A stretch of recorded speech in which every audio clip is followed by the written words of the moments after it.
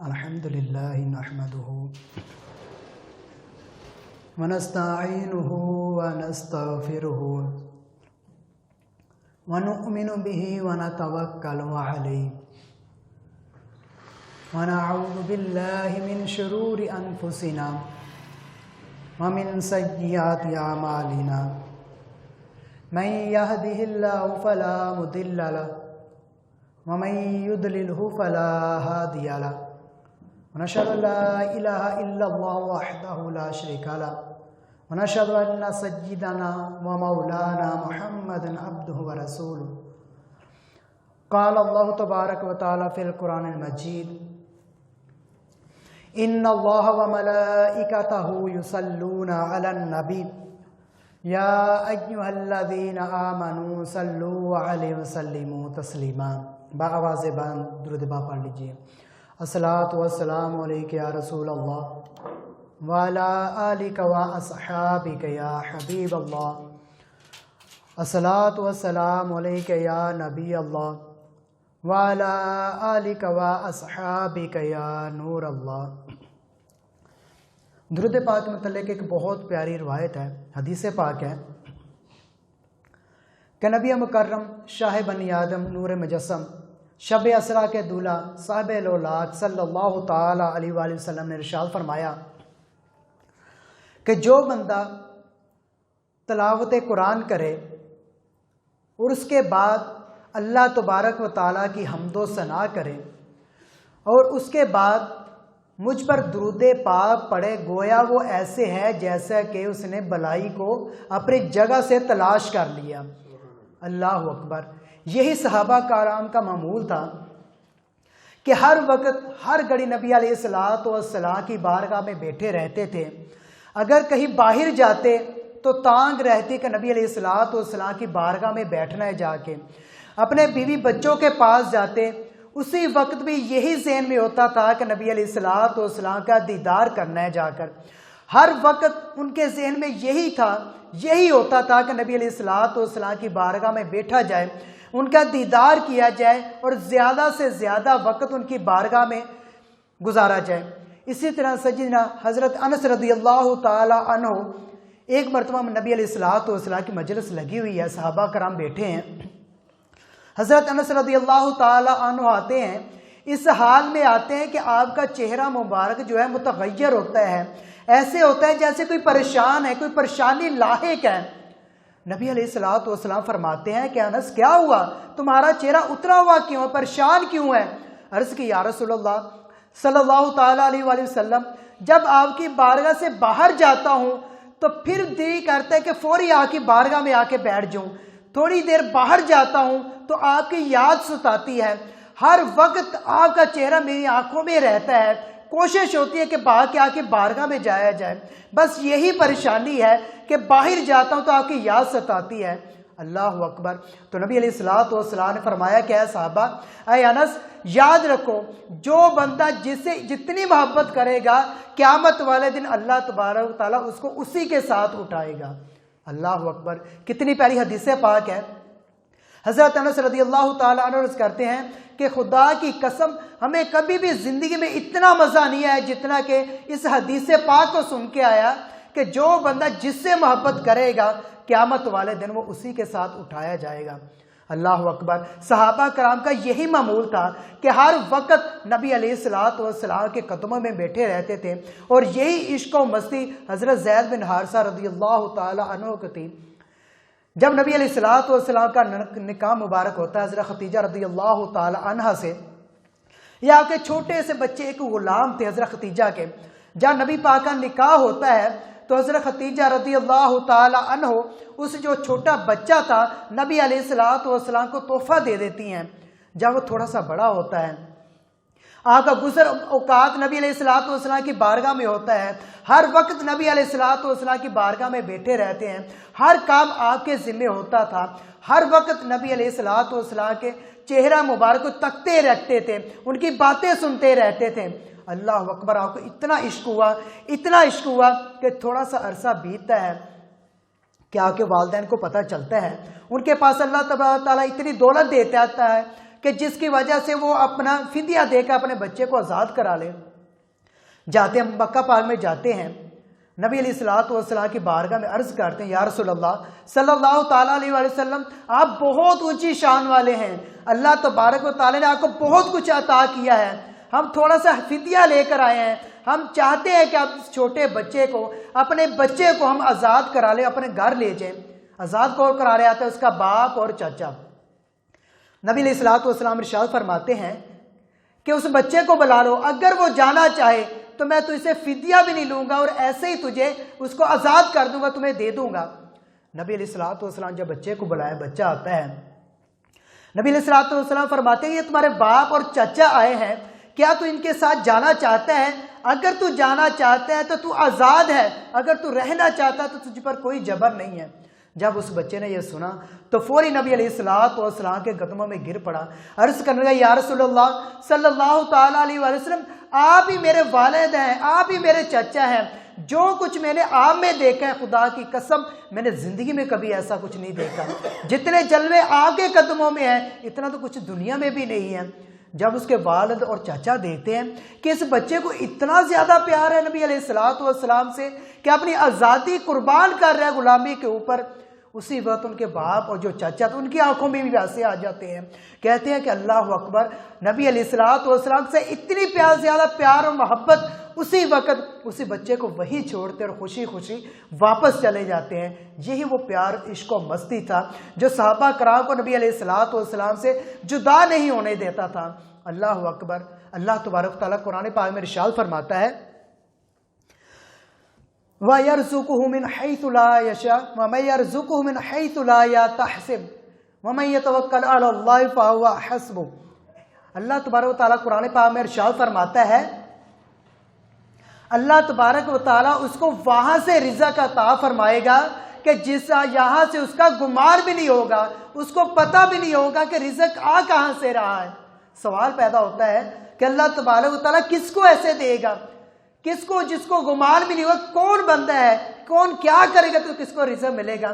آگے ساتھ ہی فرما دیا وَمَن يَتَوَكَّلْ، وہ بندہ جو اللہ پر توکل کرے، آنکھیں بند کر کے اللہ پہ توکل کرے تو پھر اللہ تبارک و تعالیٰ اس کو انعام کیا دے گا، اس کو ایسی جگہ سے رزق عطا فرمائے گا کہ اس کو گمان بھی نہیں ہوگا، اس کو پتہ بھی نہیں ہوگا، وہ گھر بیٹھا ہوگا تو رزق اس کے پیچھے پیچھے چلے گا۔ وجہ کیا ہے؟ توکل۔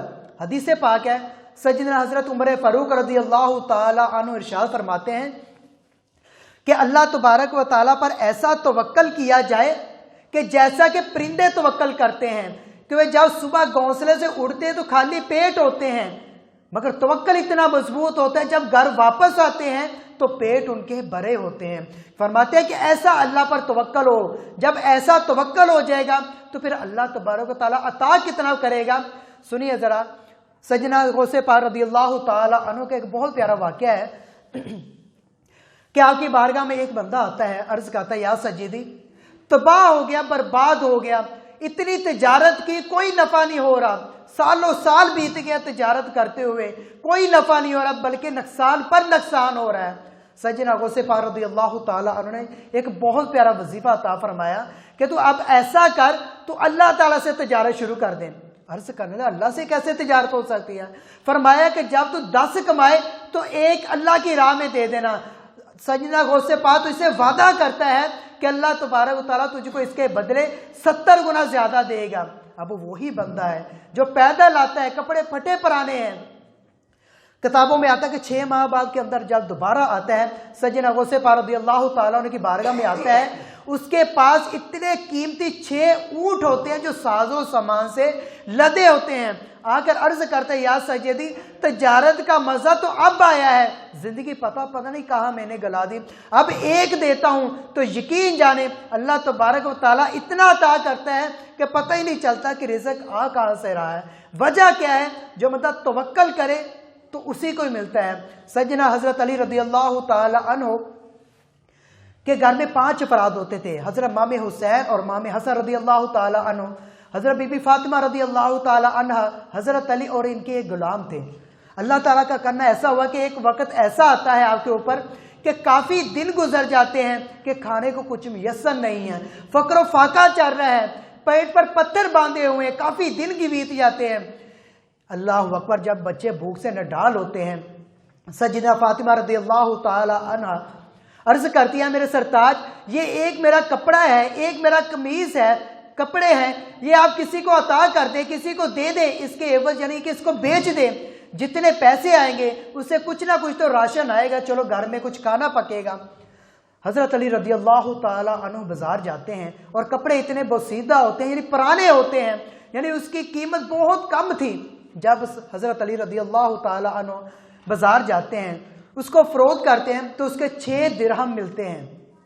حضرت علی رضی اللہ تعالی عنہ جب راشن لینے کی باری آتی ہے، گھر کی طرف لوٹتے ہیں تو کیا دیکھتے ہیں کہ راستے میں ایک فقیر صدا لگاتا ہے، کون ہے جو فقیر کی مدد کرے، کون ہے جو رب پر توکل کرے، صدقہ خیرات کرے۔ حضرت علی کو آیت مبارکہ یاد آ جاتی ہے کہ جو اللہ پر توکل کرے اور صدقہ خیرات کرے تو اللہ تبارک و تعالیٰ اس کو کئی گنا بڑھا کر دیتا ہے۔ آپ جو 6 دینار اس فقیر کو دے دیتے ہیں۔ جب فقیر چلا جاتا ہے تو سوچ میں پڑ جاتے ہیں، اللہ اکبر، کہ گھر میں بچوں کے لیے کیا لے کر جاؤں گا، بیوی کو کیا جواب دوں گا۔ اگر تھوڑی دور جاتے ہیں تو ایک بندہ اونٹ لے کر کھڑا ہوتا ہے، اونٹ بہت خوبصورت ہوتا ہے۔ کہتے ہیں علی کیا تم اسے اونٹ خریدو گے؟ حضرت علی فرماتے ہیں ضرور خریدوں گا، مگر میرے پاس پیسے نہیں ہیں۔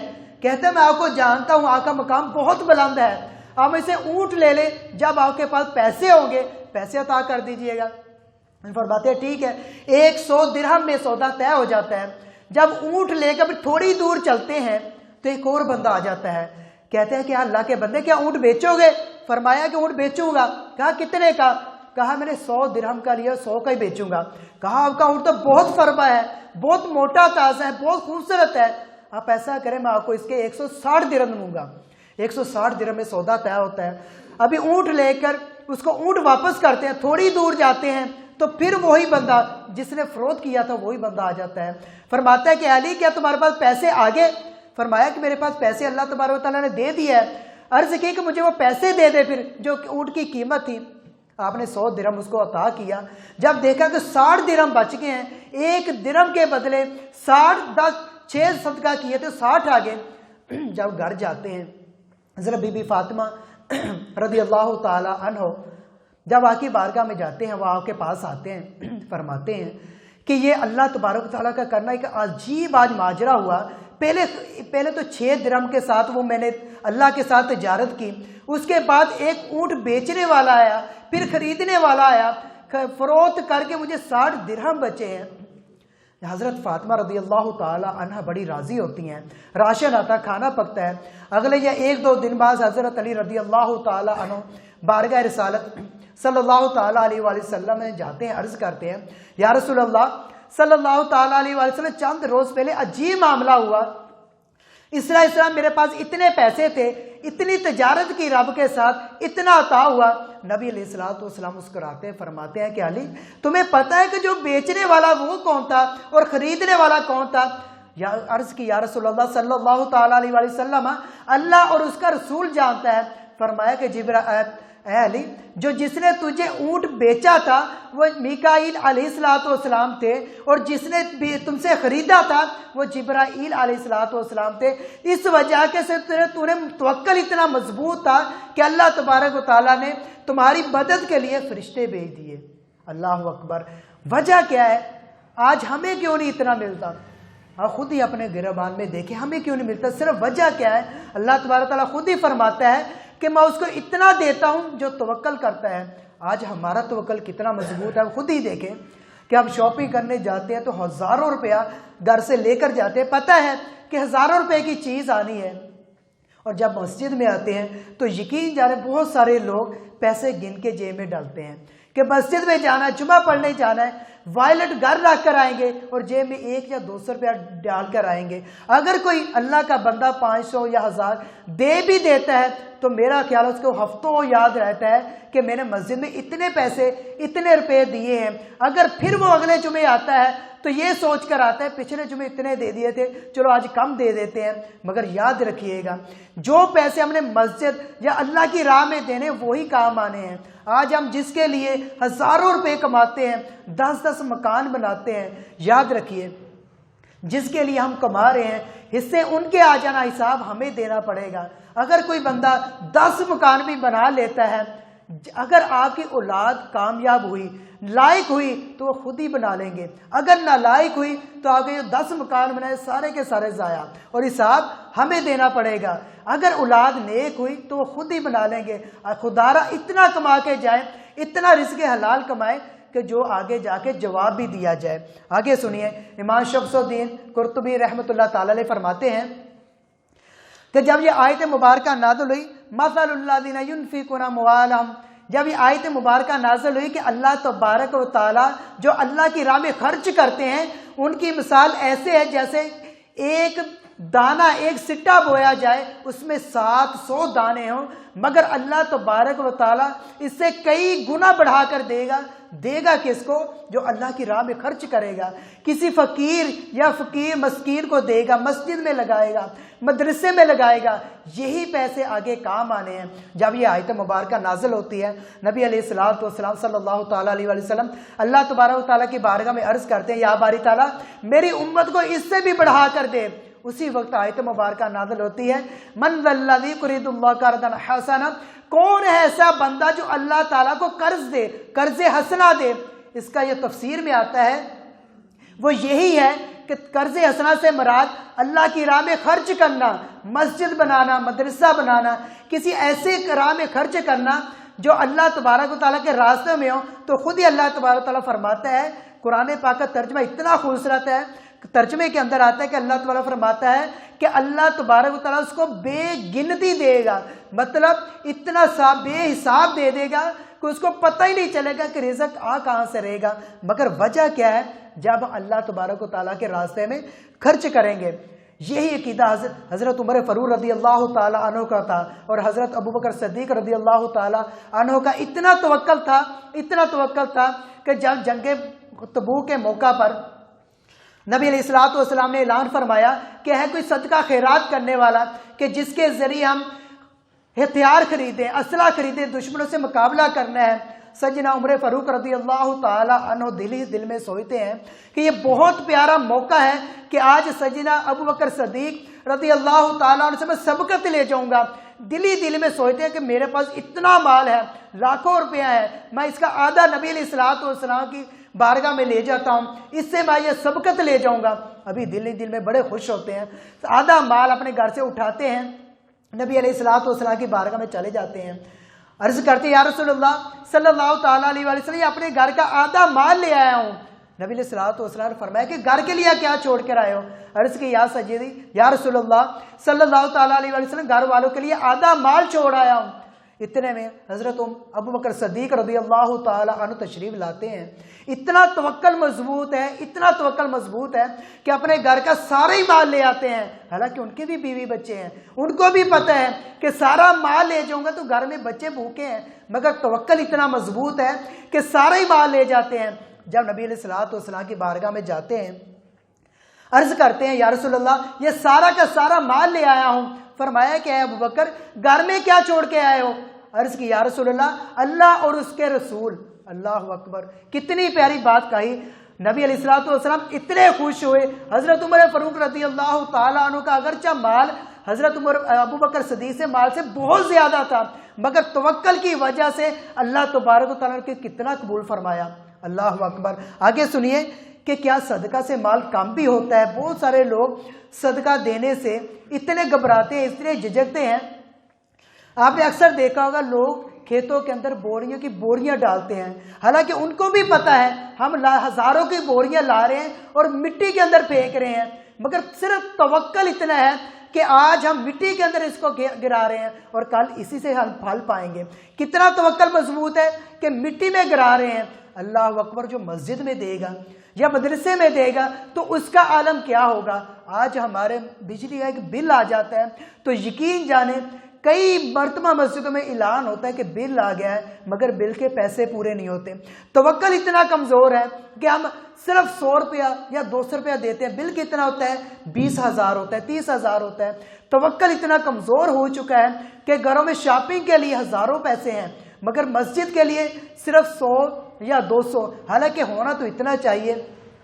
توکل اتنا مضبوط ہونا چاہیے کہ بل کے اوپر لڑائی ہو رہی ہو کہ آج میں نے دینا ہے، فلاں کسی نے دینا ہے، اللہ اکبر۔ اگر ہم آج ایسا کریں گے تو یقین جانیں اللہ تبارک و تعالیٰ فرماتا ہے جو اللہ کی راہ میں خرچ کرے گا اللہ تبارک و تعالیٰ اس کو بے گنتی دے گا، بے حساب دے دے گا۔ اور یقین جانیں جو ایسا کرتا ہے آپ کے سامنے ہی ہے۔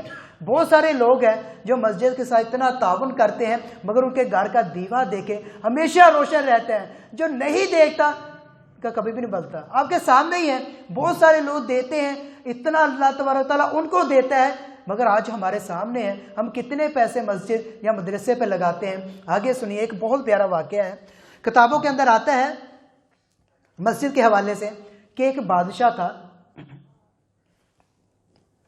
اس نے اعلان کیا کہ میں ایک مسجد بنا رہا ہوں، اس میں میرے علاوہ کوئی بھی تعاون نہیں کرے گا۔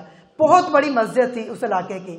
اللہ کا کرنا ایسا ہوا مسجد 2 4 6 ماہ یا سال بعد تعمیر ہو جاتی، پوری تعمیر ہو جاتی ہے، بہت بڑی مسجد ہوتی ہے۔